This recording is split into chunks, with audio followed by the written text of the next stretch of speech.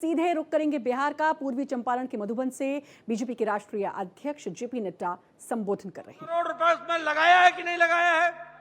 आज मखाना को हम अंतरराष्ट्रीय स्तर पर ले जा रहे हैं। जो बिहार की पहचान बन रही है, उत्तर बिहार की पहचान बन रही है, इसको हमको याद में रखना चाहिए।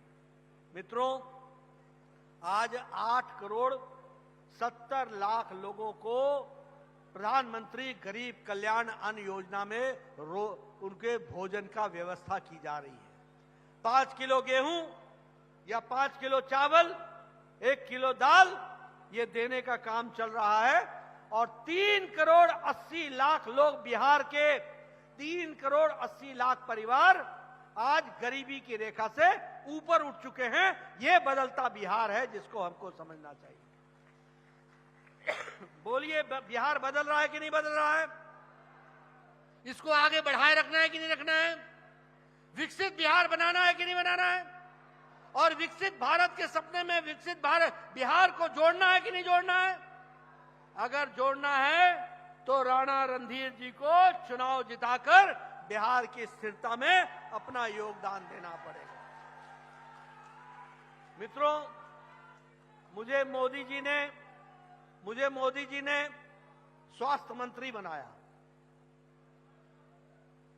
मैं दूसरी बार स्वास्थ्य मंत्री उनके आशीर्वाद से बना हूं। उन्होंने दूसरी बार मुझे स्वास्थ्य मंत्री बनाया। मैं प्रदेश में भी स्वास्थ्य मंत्री रहा हूं।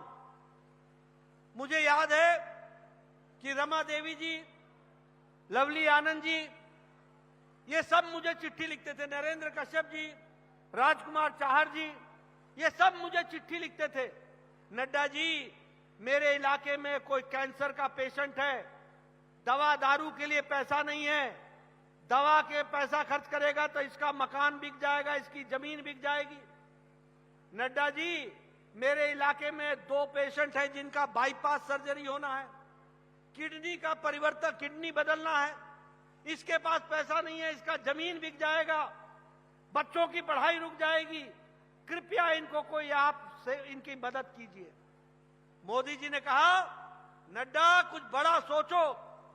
और आज मुझे ये खुशी होती है कि उनके आशीर्वाद से 62 करोड़ जनता को, और 62 करोड़ में 5 करोड़ 45 लाख बिहार की जनता को मोदी जी ने 5 लाख रुपए हर साल गंभीर बीमारी के इलाज के लिए पैसा दिया। गंभीर बीमारी के इलाज के लिए आज कोई एमएलए एमपी हमारे पास नहीं आता है। सब बोलते हैं आयुष्मान कार्ड है, आयुष्मान कार्ड है। और आयुष्मान भारत में 62 करोड़ लोगों को 5 लाख रुपए का हर साल गंभीर बीमारी से लड़ने का इलाज है। और 5.5 करोड़ वो बिहार की जनता भी है। ये भी आप याद रखिएगा। हमको याद है बचपन में, मेरा बचपन बिहार में ही गुजरा है।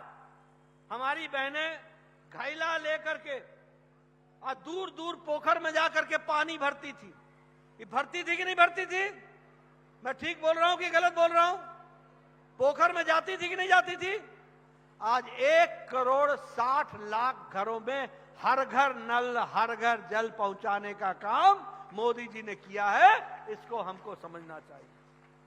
प्रधानमंत्री आवास योजना में 60 लाख मकान सैंक्शन हुए हैं, 37 लाख मकान पूरे हो गए हैं। अब ये 60 लाख मकान बना करके दीजिए। मोदी जी ने 3 करोड़ नए मकान रखे हैं, आपको भी उसका हिस्सा मिलेगा और 1 करोड़ से ज्यादा मकान बनेंगे। कोई भी याद रखना मेरी बात, बिहार को स्थिरता चाहिए, विकास चाहिए, बिहार को आगे बढ़ना है तो बहनें याद रखना, आने वाले समय में मोदी जी। तो बिहार में अब लगातार जो प्रचार है वो जारी है। पहले फेज की वोटिंग जो कि कल है, और बिहार में कल पहले चरण का मतदान 18 जिले, जिसकी 121 सीटों पर कल वोटिंग होनी है। 1314 प्रत्याशियों की किस्मत कल ईवीएम में कैद हो जाएगी। 122 महिला उम्मीदवारों की किस्मत भी दांव पर। कल